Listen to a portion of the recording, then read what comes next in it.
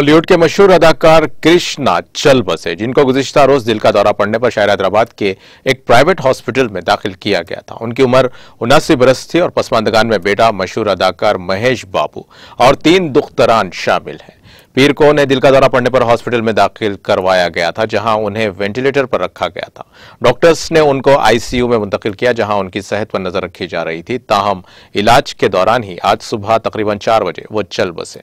कृष्णा ने पहली मरतबा तेलुगु फिल्मों में टेक्नोलॉजी का इस्तेमाल किया था। उनकी मौत के इत्तला के साथ ही वजीर आला के चंद्रशेखर राव, वजीर IT बल्दी नज़्म-ओ-नस्क KTR और वजीर सेहत हरीश राव, रुकन कानून साज कौंसिल पुल्लार राजेश्वर रेड्डी और रुकन राज्यसभा जय संतोष कुमार के अलावा मुख्तलिफ सियासी, समाजी, अवामी कायदीन और उनके मुद्दाहों ने मरहूम की क़यामगाह पहुंचकर उनका आखिरी दीदार करते हुए उनकी खिदमात को भरपूर ख़राज अक़ीदत पेश किया।